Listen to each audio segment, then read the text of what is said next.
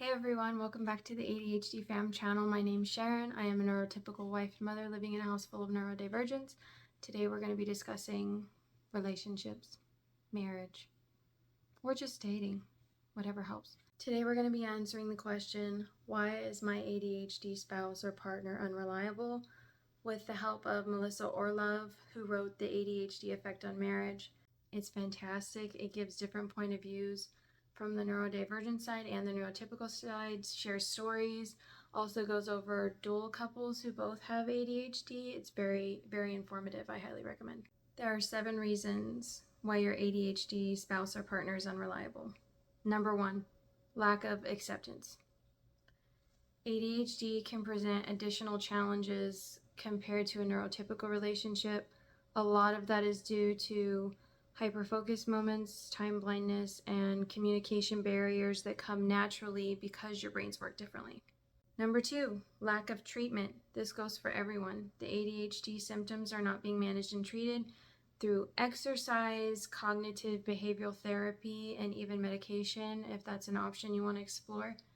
When I mean both of you, that means the other partner probably has some anxiety, depression, and resentment they need to work through. If you don't work through that, you can't move past it and the relationship won't get better. Number 3, you have a superior spouse point of view. This is very common. This is something that I even experienced in the beginning of my relationship, where I had to control everything, be the breadwinner, be the ultimate parent, be the maid, be the cook. It was exhausting and it got me nowhere, and it just made my partner further shut down. It's important that you get rid of that because your partner feels like you can't trust them. Also, it makes you overcompensate, like I said, which is exhausting.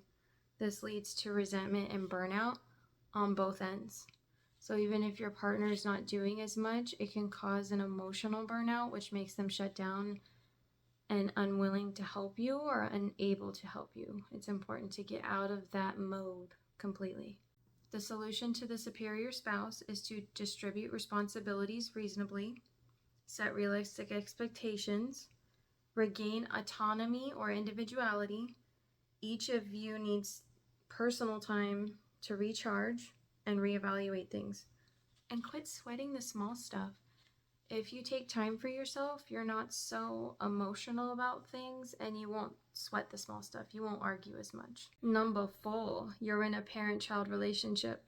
I got a lot of comments saying that their spouse is their 3rd or 4th child, which isn't good for anybody. But this is due because they feel like they're no longer your equal. You can't trust your spouse, which makes them feel like a failure and inadequate.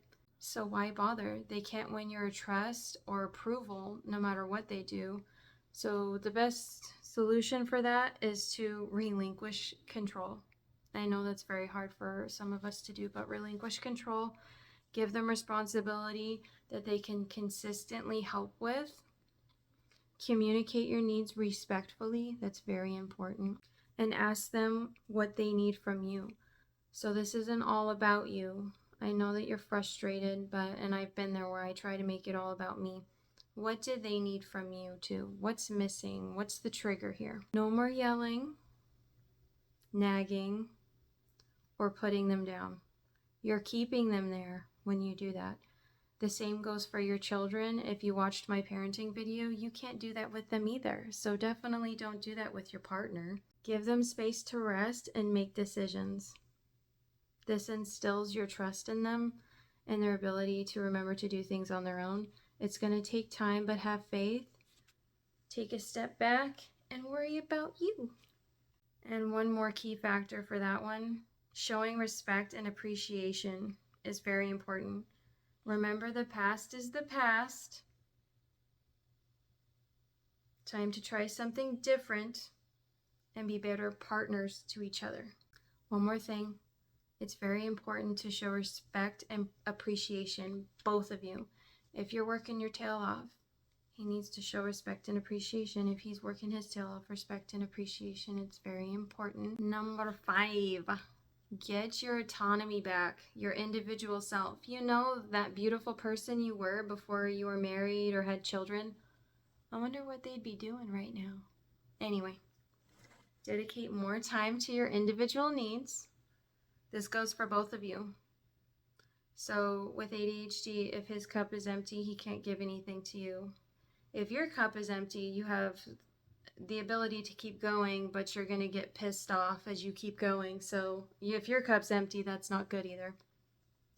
Stop trying to control everything. It's exhausting. Have a little faith. Stop forcing your solutions on your partner. This goes for both of you, because I know some people with ADHD will try to fix things to make things better. You don't need to fix everything either. It's best just to kind of listen. Listening's good. Listen more, talk less. Number 6, schedule dates and intimacy.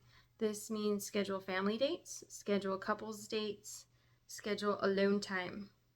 This allows you to reconnect in a positive way, away from the responsibilities. And hell, if you have enough money, go on vacation. Go on a couple's vacation once a year. Go on a family vacation once a year. Reconnect in a different way.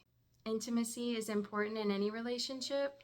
Hugs, kisses, hand holding, lap sitting goes a long way, especially for men. Men are very physical creatures, and I know you don't like hearing me say that, but the more you do that, the more receptive they are.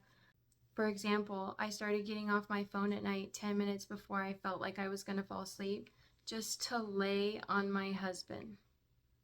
And it made a big difference. You know, you don't have to do anything big or special, just reinforcing that positive physical connection. Scheduling sex 2 to 3 times a week is also beneficial.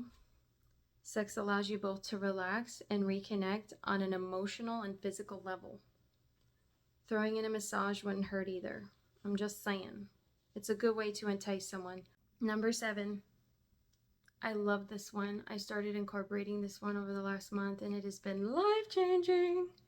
Choose not to participate on hard days. I heard this somewhere. I read in an article, a woman who's been married to her husband for 27 years, and their children had ADHD as well, and she said it has been the best solution. If everything is overwhelming, prioritize what you actually want to do instead. Instead of cleaning the house, go to the gym, go to lunch, go to the movies, whatever you want to do. When your ADHD partner comes home, you will be more emotionally calm and receptive to him or her. It's easier and more efficient to cook, clean, parent, and communicate with your spouse if you're not pissed off. I love that.